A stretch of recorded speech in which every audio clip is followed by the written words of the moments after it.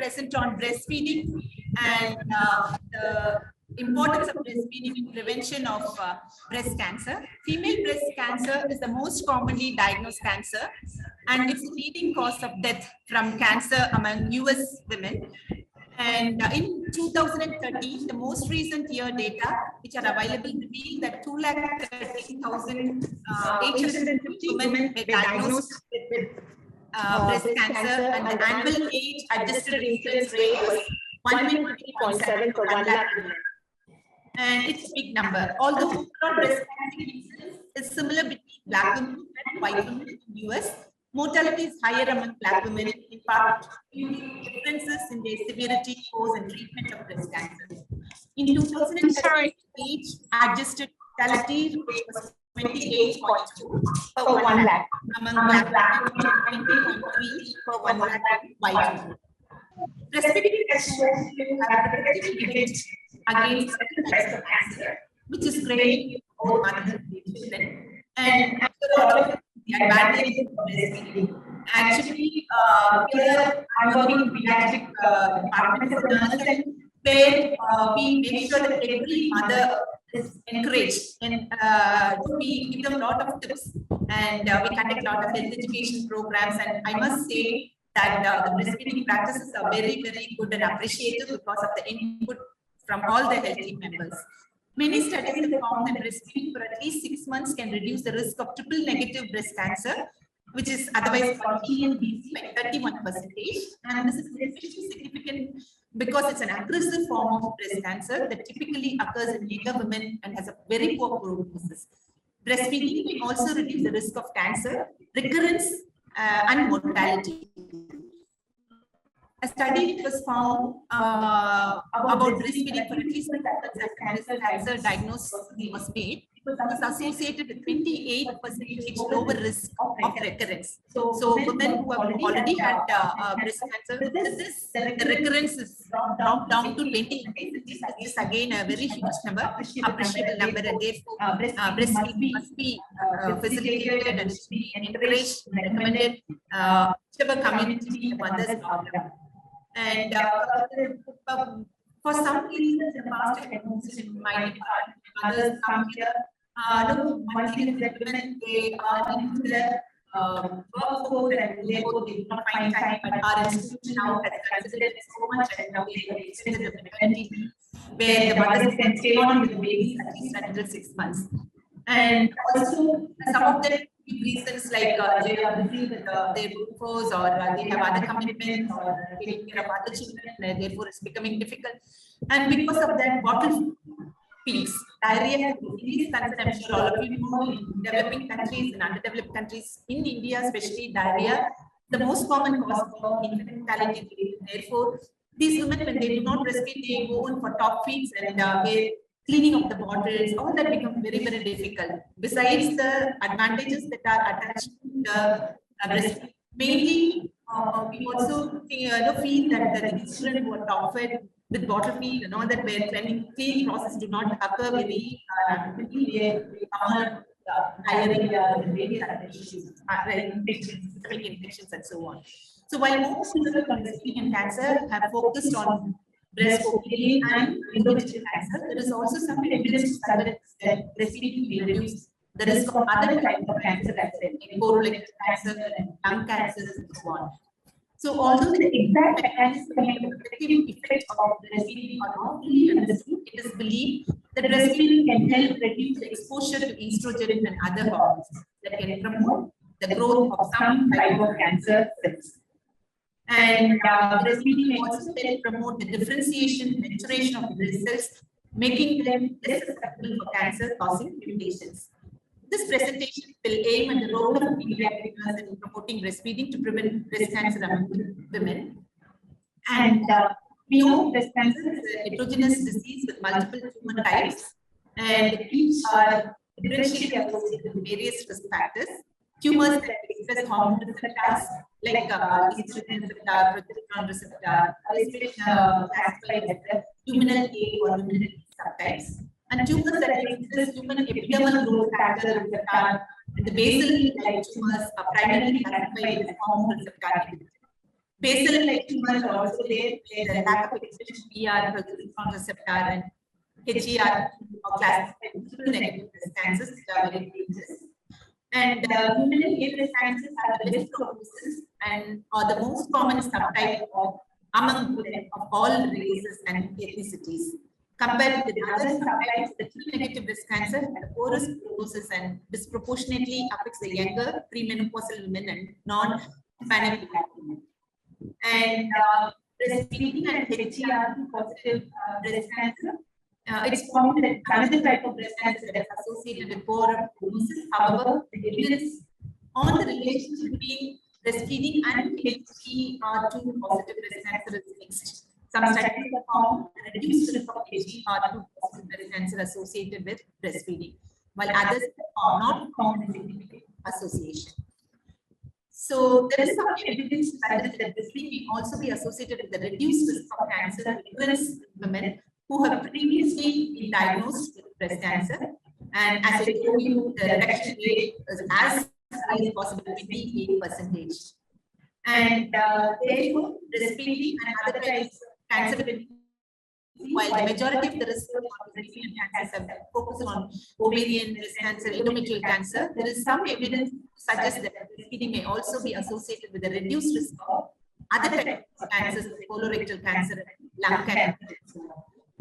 So, in summary, the evidence suggests that breastfeeding is an important factor in reducing various types of cancer. It may be associated with the reduced risk of cancer recurrence and mortality. While more research is needed to understand the mechanism underlying the protective effect of breastfeeding, the existing evidence highlights the importance of encouraging and supporting breastfeeding as a public health priority.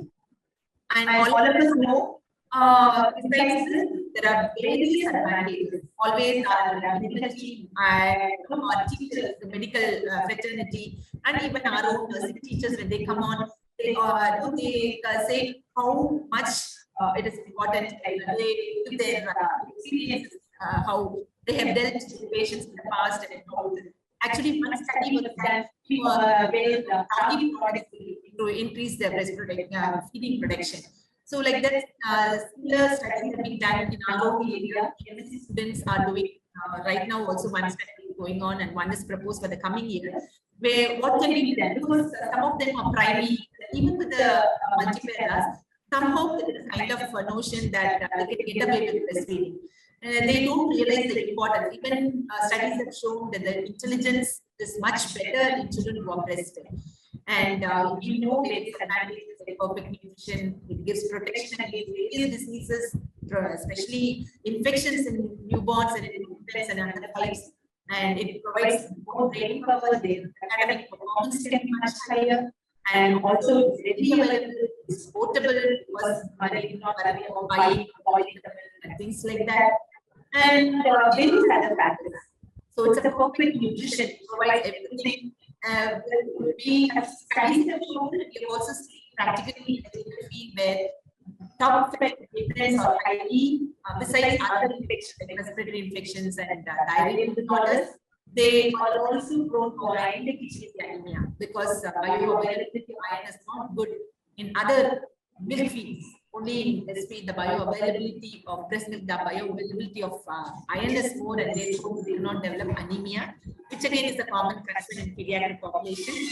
And also, breastfed kids also do not develop tetany or calcium problems. Seizures are also related seizures, and seizures is common in our setup, and therefore these children get adequate amount of calcium, and therefore they may not get seizures, metabolic tetany and things like that. So it's the best nutrient providing milk, where can be provided all sorts of nutrients, and all deficiencies can be prevented in under 5s and even otherwise. So that is one other important thing which mothers need to understand. And breastfeeding helps to reduce the chance of baby diarrhea, ear infections, lung infections, and dying of Parental syndrome. That can also be prevented because the mother caters to the need of the child. Mother is always with the child, and therefore SID is also be prevented. And even overweight can be prevented. studies have shown that overweight also can be prevented by breastfeeding, because obesity is another concern in our country, where it's trending actually. When I was a staff in the junior period, we used to see a lot of malnutrition, third degree, fourth degree malnutrition was prevalent. But now the trend is changing for various reasons. They are much new within the four walls, not much exercise. Therefore, the obesity is becoming a concern. So when they are breastfed, even the obesity concerns can be tackled or can be prevented. And as I already mentioned, brain power. It improves the IQ level of the children, and therefore their academic performance can be much appreciable if they are breastfed. And money need not be spent on, especially a country like ours is developing, where many of them are in the rural areas. They cannot afford for hi-fi kind of a formulas, and they really cannot afford. And therefore, breast milk is readily available. It's cost-effective, and not worry about that also. And whenever mother travels, she don't worry about transportation and things like that. So there are so many advantages, and some of them come with some kind of issues. Size or something develop these kinds of problems. We always recently have a clinical where these mothers are given a lot of counseling, and where they do not struggle with these kinds of issues, because counseling and for all these minor ailments, treatment is also offered so that they can proceed on with adequate amount of breastfeeding. And also other advantages like diabetes, heart diseases can be prevented for mother for herself. Lot of advantages besides prevention of breast cancer and ovarian cancer and various other types of cancer like colorectal and cancers. Diabetes can be prevented, heart disease can be prevented, and therefore we must take this at heart and all mothers breastfeed and do not advocate even for HIV. Even if the kid is HIV positive, we don't want to lose the kid because of various infections, because of the lack of breastfeeding. We tell them, we put the mothers on ART, antiviral therapy, drug therapy, and we insist that they breastfeed the babies. So unless there are absolute contraindications, like mother is psychiatric or absolute contraindications, or child has surgery amount or something like that, we always speak for breastfeeding and we promote. I'm sure this is what is happening in every other institution. And above all, now we are in a scenario where the world is so complex, where no time, you do not even know where who's are there, that kind of state we are living in, and even within the family, how much of quality time is being spent with this is a kind of questionable thing. And therefore, promoting breastfeeding definitely promotes bonding between the mother and the child, and that will speak volume for generation. Where they will be so satisfied and they will be emotionally secured, and which will run in terms of growth and development. If something is inserted in the early stage, that's going to affect the growth and development of the child and for future also. So if the child develops a sense of owning and sense of confidence in the mother, then the child will be able to better be taking initiative in the future. Child will be more productive, more academically sound, and things like that. So a close bond is created with the mother and the child, and therefore we must make sure that breastfeeding is promoted. And that's what we are doing. I'm sure every institution and even the government is paying a lot of attention in terms of the baby-friendly policies that they are bringing everywhere, baby-friendly policy. I had the opportunity to work in other places where I really learned a lot. I worked in Saudi Arabia, and I also worked in where I learned a lot from such places, and it was a back-home message, very home message. And that is making me take more initiative and bringing in more projects to promote breastfeeding in our own setup. And thanks for all the learning that I've had abroad. And even now, while you are presenting, it's kind of great input for me. I'm learning a lot from you all also, where we can incorporate all your suggestions, your advices into our own practice in our own hospital. And so this will make promoting breastfeeding not only for the mother, but indeed, as a pediatric nurse, I say that children should expect a good planet. No way children are so like angels, and they have to look forward to a positive global effect. They are the leaders of the country, therefore they must be given all kind of care so that they will enjoy their stay on this globe. And also the top fed children, like all the top, they have a lot of chemical preservatives. That's another big concern which we have. Whether even the milk, cow's milk, they add so much of chemical preservatives, and sometimes they spoil it, and sometimes they supply the processing, lot of drawbacks. So why should we at all go for the top feeds when we know the greatest advantage? So why can't we promote by giving a lot of advice for our mothers, and which can save money for them, which can make it pleasant for them, which will improve the bonding between them, family, and as well will produce fantastic and fantastic leaders for the country or even globe as well. And so that should be so it's good for the mothers, they bring special bondage. It is essential for the baby's growth. It's good for the planet. It's easy on the budget. And also, of course, there can be some contraindications like birth defects, breast surgery, or coronavirus. Now, actually, cases have dropped down very much in our area. Ebola virus, born and got born, hepatitis B, hepatitis C, or HIV. Now we say that's not a contraindication, actually, HSV, so on. So, role of a pediatric nurse. Every pediatric nurse should take an immense role. It is a very crucial role for her, and where we need to spend adequate time, especially the primary, they struggle a lot in the initial time, for being born, and also we have to give them adequate education so that they're able to produce more milk, and also they know the technique, how exactly to get it.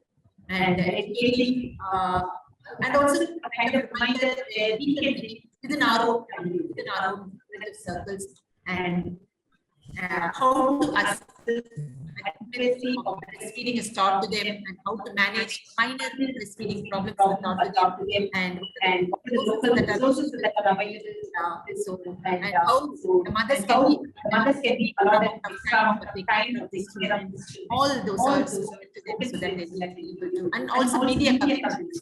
Also, like we use talks in that shows, we especially the medical team and all also join, where this is giving pamphlets to the public, all this lectures, all our big lectures, doing projects to make it evidence-based, all this speak a lot in promoting.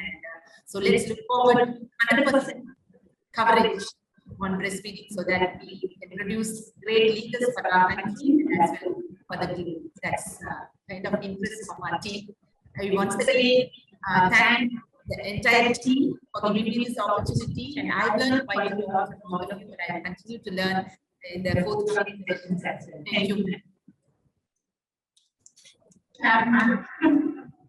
Many thanks for your nice presentation. Any question for Dr. Johnson?